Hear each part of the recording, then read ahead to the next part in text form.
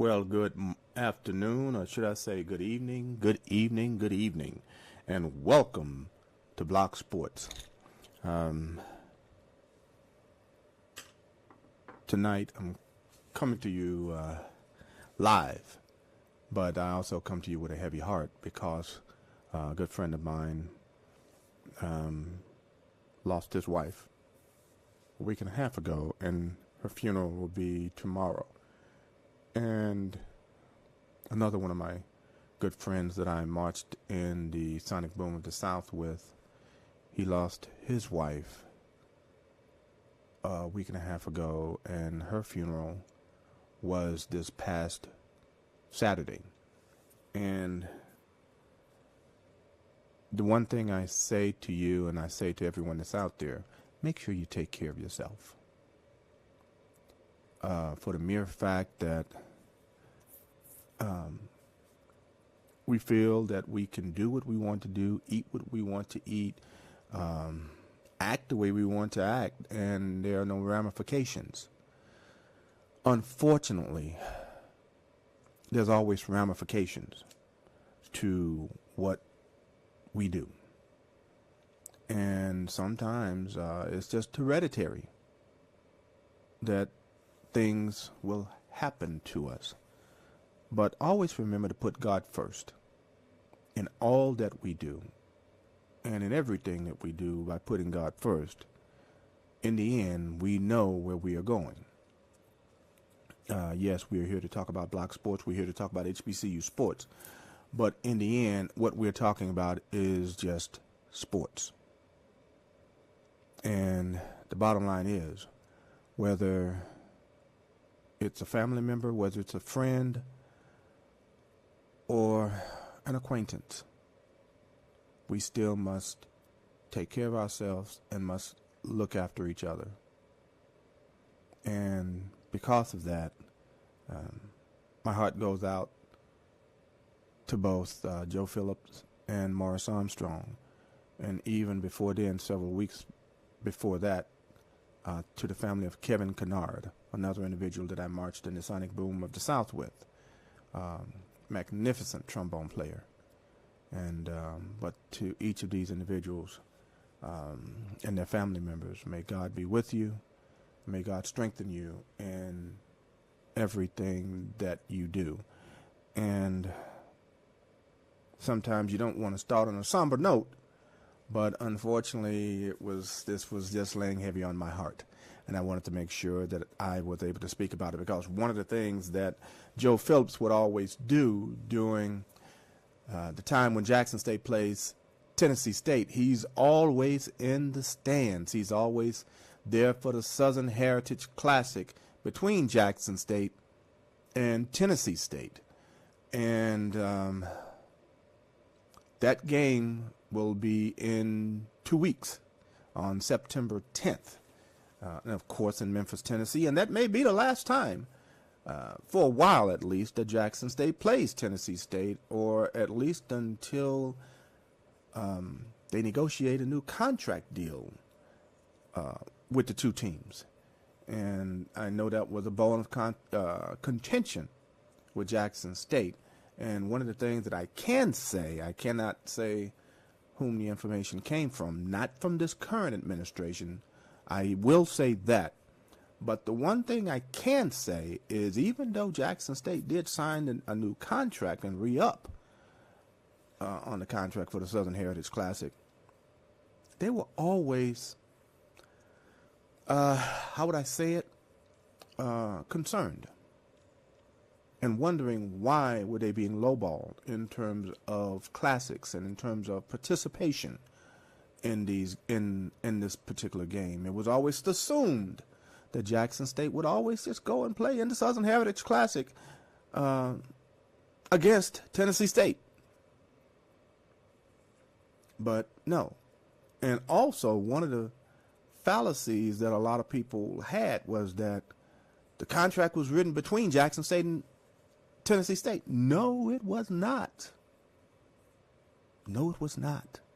It was not written between Jackson State and Tennessee State. That was the one mistake that a lot of people made, and even though I did not come to you with the intent of talking about the Southern Heritage Classic, we'll be talking about that a lot more in a couple of days to come.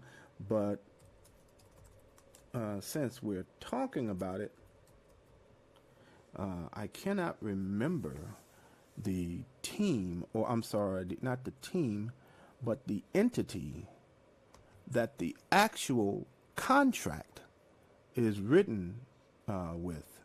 And I hope to be able to get that information up for you as quickly as possible. And seems like everything that I want to do, my computer is saying, no, you will not, and you won't do it today. And don't know what's going on, but it is not playing well with me. So we'll see what we can do about this. But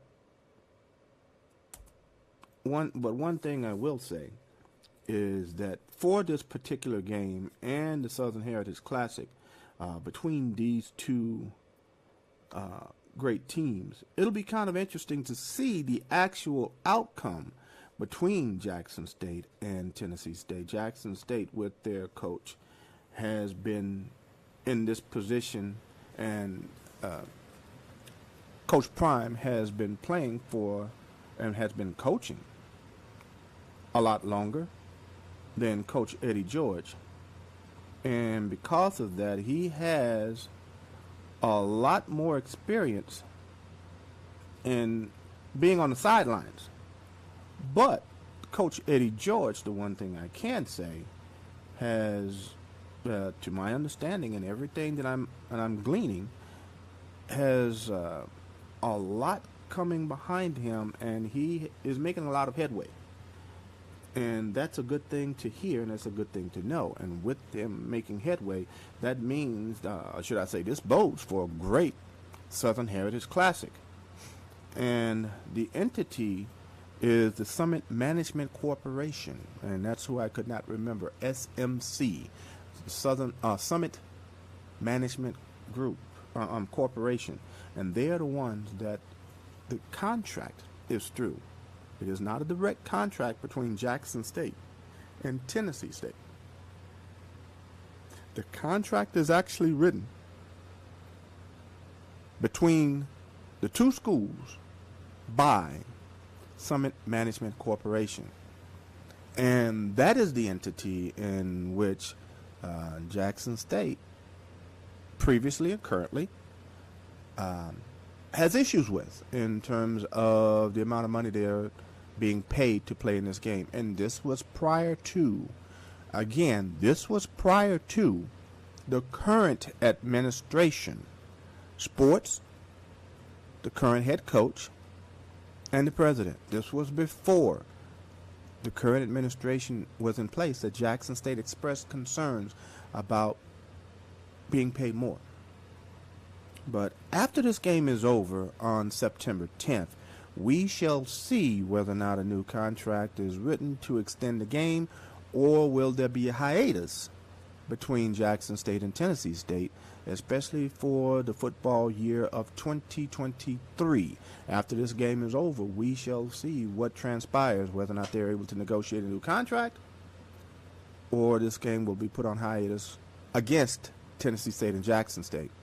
They are actually looking for other suitors to play against Tennessee State, so we shall see. At one time, Mississippi Valley played in this game, Grambling played in this game, but we'll see whether or not any other teams play in this particular game. But this weekend, and we'll only be on here for a short period of time today, but this weekend is week 0. And with week 0, guess who we have? And the only thing I'm here to talk about today, and we're only going to be here for a short period of time. I was hoping to get on the line today with me, but unfortunately because of conflicts between their schedules, I was hoping to get Coach Robinson from Alabama State and Coach Scott from the Bison of Howard University. And unfortunately, I was unable to get neither of them because of their schedule. But hopefully next week, or at least later on this week, I'll be able to get one or the other, if not both of them, and at least try to get comments from them during the game. I'm sorry, after the game is over. But we shall see how all of that transpires.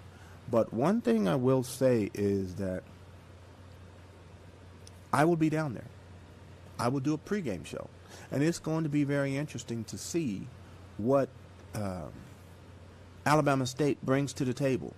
Because on paper, it just does not seem like Alabama State will lose this game.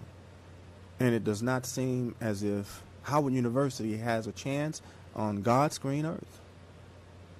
And even through an edict from our Vice President Kamala Harris, that will help ease her. But stranger things have happened.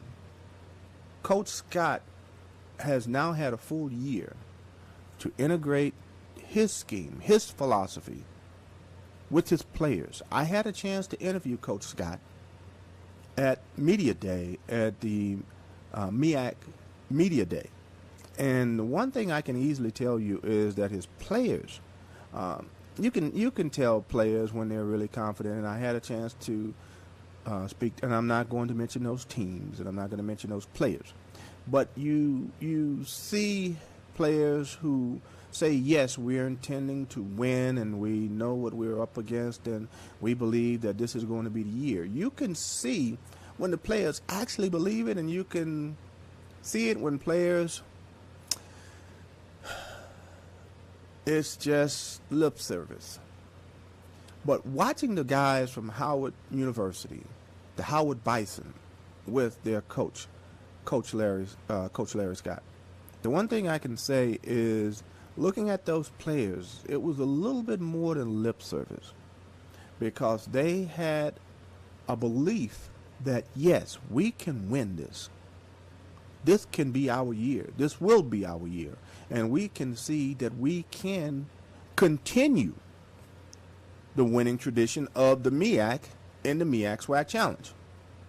The MEAC has won 11 out of 15 games. They are 11-4. And a lot of people will say, well, there's no way. There's just no way.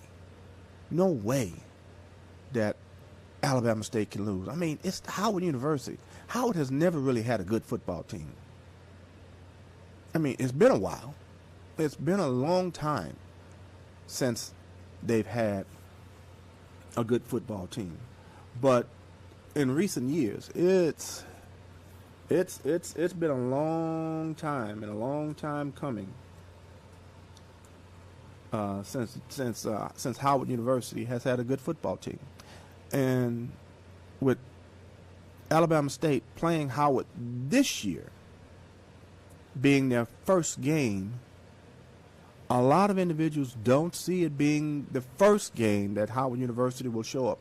Now, last season, Howard University did look a lot better in their last few games. And I'm trying to see if I can pull up their record, or should I say their schedule from last year, if I'm fortunate enough to do it. I know that the record was not good at all. But the one thing I do want to see is if I can come up with the scores from last year. That first game was not a good game. The one thing I can say. So let's see if I can go back and get you these scores. And unfortunately, I think, let's see, 21-22, and that's what I was looking for.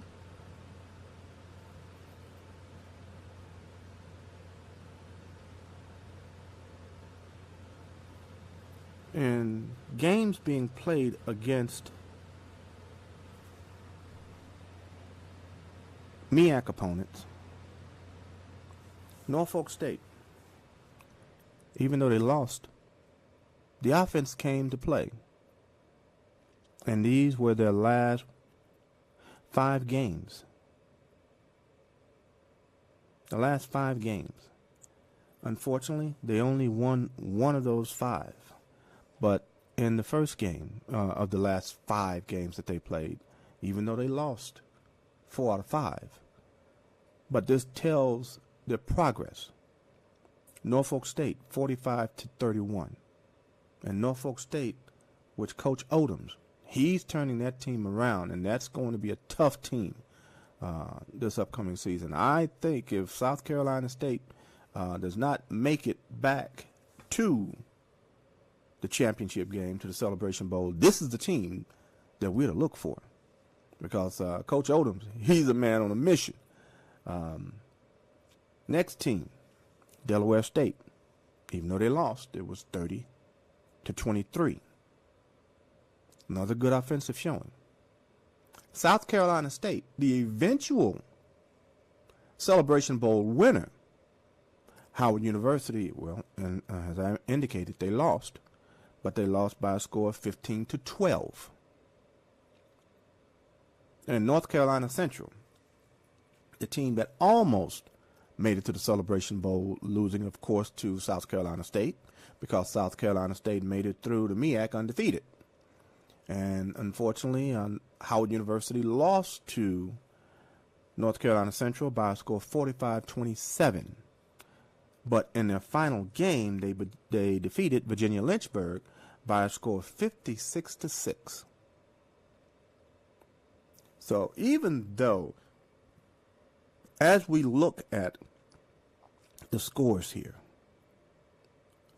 except for the Norfolk State game, all of the games were on the road. Let me clarify that. 3 of the 5 games were at home. And that's hence the reason why those games were a little bit closer. Even though North Carolina Central and Norfolk State, they hung 45 points on them. But at least the offense showed up. The defense, maybe a little bit suspect. But they really did play South Carolina State in South Carolina State's home in Orangeburg, South Carolina. They played them kind of tough. They played South Carolina State really tough, only losing to South Carolina State by a score of 15-12, just 3 points. But granted, yes, they did lose to North Carolina Central and Norfolk State. They got 45 points scored on them by each team. But listening to the players, listening to the coach, it was just a different feeling.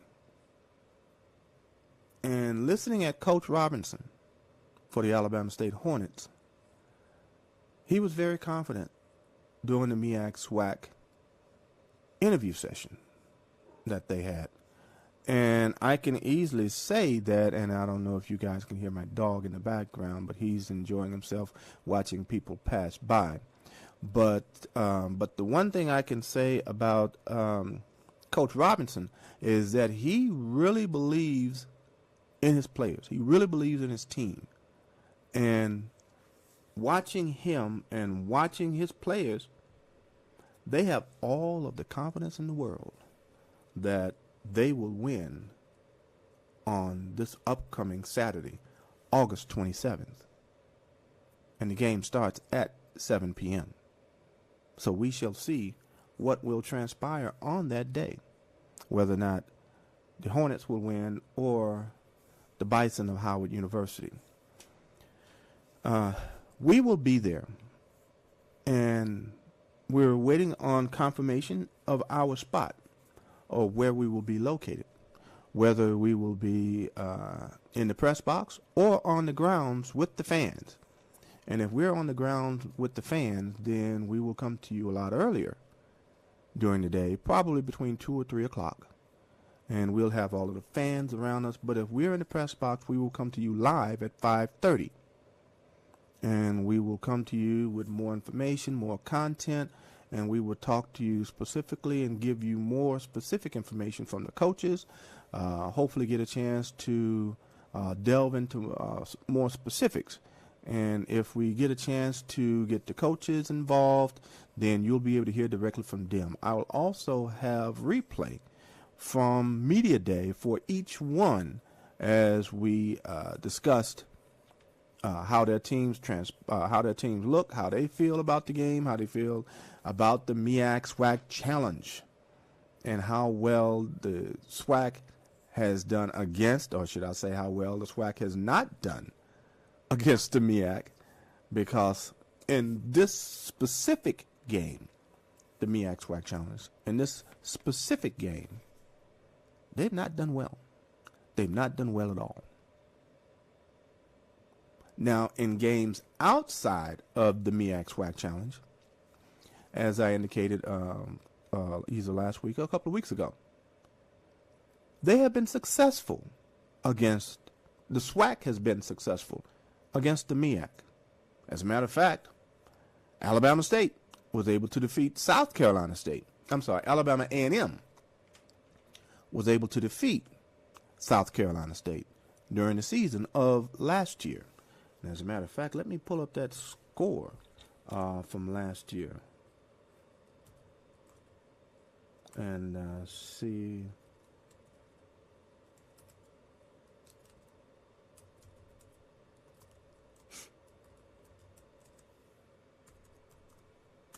And see what that score was when they played them. And let's see, I want to get the fall schedule and not the spring schedule, and that's what they're giving me. They're giving me the spring schedule. And let's see if I can go directly to their website.